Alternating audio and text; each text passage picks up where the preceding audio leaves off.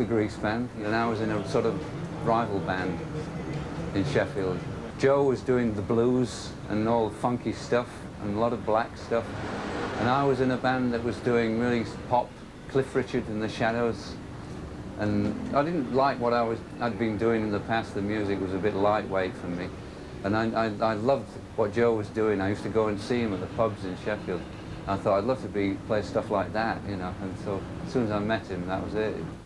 You know, it was strange that our paths had never crossed all those years we'd lived in the same town, but until 1967, when we both could feel the twilight. If we didn't do something fast, we were going to get lost, you know. That's when we started writing songs together.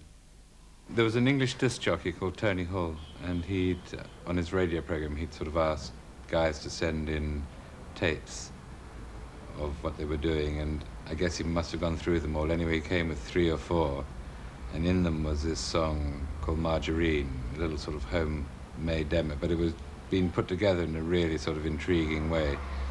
And the voice was sort of pretty indistinct, but it was just part of the whole. And so I liked it, and I think we contacted Joe or Chris, I can't remember how it came down, and asked them to come up to London. Yeah, and he was sort of, he was flying high on Procol Harum at the time. He got some #1 hits, and he was the hot producer of the moment.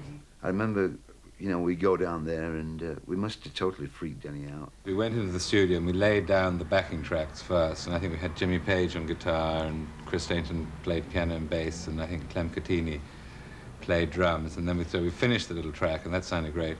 And then the time came for Joe to sing it. And I was saying to myself, well, I hope this guy can cut it, because the track sounded good.